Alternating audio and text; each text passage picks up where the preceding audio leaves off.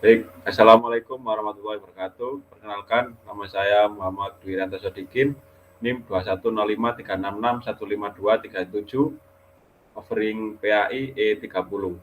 Di sini saya akan menjelaskan tentang Muhammadiyah, Nahdlatul Ulama, Salafi, dan Hizbut Tahrir. Baik, saya akan melakukan share layar. Oke. Nah, tentang Muhammadiyah, Nahdlatul Ulama, Salafi, dan Hizbut Tahrir. Lanjut, Muhammadiyah. Muhammadiyah berdiri pada tanggal 18 Oktober 1912 di Kauman, Yogyakarta. Didirikan oleh Kyai Haji Ahmad Dahlan.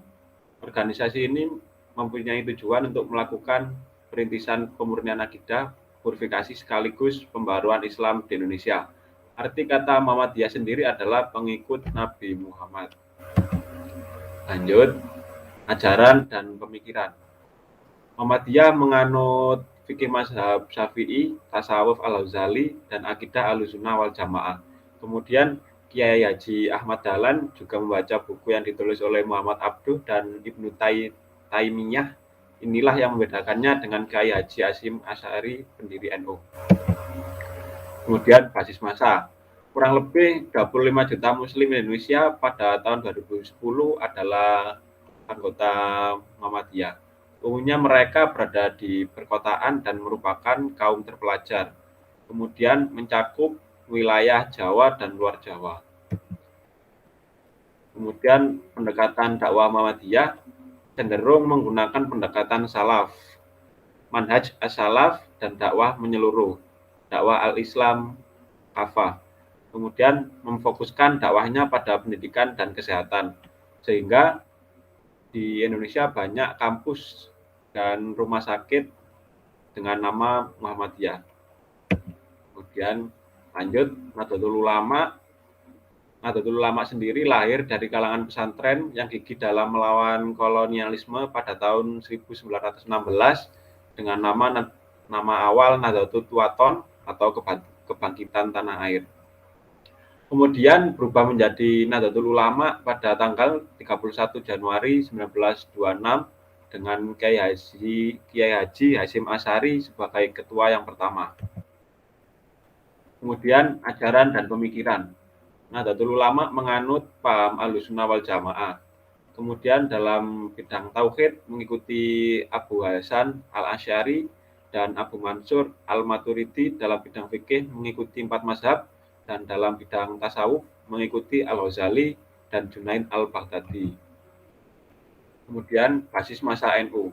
Sekitar 40 juta jiwa pada tahun 2010, mayoritas berada di Pulau Jawa, Kalimantan, Sulawesi, dan Sumatera yang terdiri dari beragam profesi.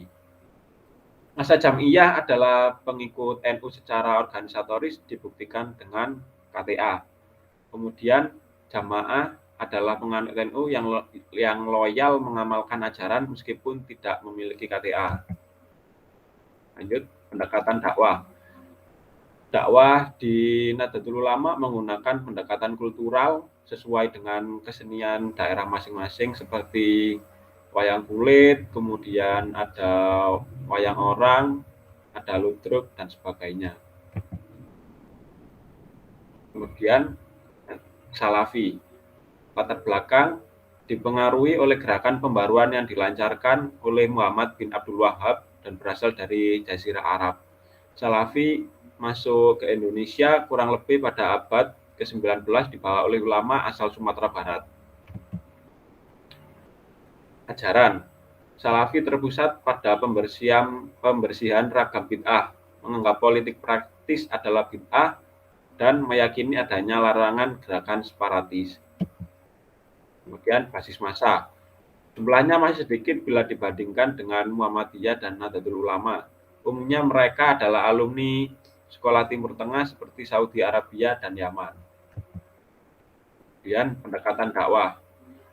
Menurut Salafi, apa yang mereka pandang tidak benar di Al-Quran dan Hadis secara tegas ditolak. Kemudian menyampaikan apa yang benar walaupun pahit.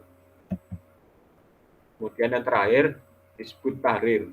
Latar belakang terjadinya berdiri pada tahun 1953 di Al-Quds atau Baitul Maqdis, Palestina. Hizbut Tahrir masuk Indonesia pada tahun 1980-an dibawa oleh Abdurrahman Al-Baghdadi. Ajaran menegakkan syariat Islam dalam aspek kehidupan, mengupayakan berdirinya negara Islam global yang dipimpin seorang khalifah, kemudian mengharamkan segala bentuk instrumen demokrasi, melarang anggotanya terlibat politik praktis, kemudian menolak segala tatanan politik, sosial, ekonomi, dan teknologi produk barat. Kemudian basis massa. Di Indonesia, mayoritas kaum muda dari kalangan mahasiswa di kampus-kampus perguruan tinggi umum. Kemudian pendekatan dakwah, melakukan pendekatan demonstratif, publikatif, maksudnya pendekatan melalui berbagai media cetak maupun online dan elektronik. Menggunakan pendekatan sel, maksudnya membentuk suatu kelompok kecil yang diberikan doktrin tentang khalifah dan sistem politik Islam. Kesimpulan, jadi organisasi Muhammadiyah dan NU itu sebenarnya tidak jauh berbeda, sama-sama menganut Sunni, dan Salafi itu sebagian besar dianut oleh mereka-mereka yang pernah belajar di Timur Tengah seperti Arab Saudi dan Yaman. Kemudian Hizbut Tahrir adalah suatu organisasi yang menginginkan adanya khalifah atau negara Islam. Mungkin itu saja yang bisa saya sampaikan, kurang lebihnya mohon maaf. Wassalamualaikum warahmatullahi wabarakatuh.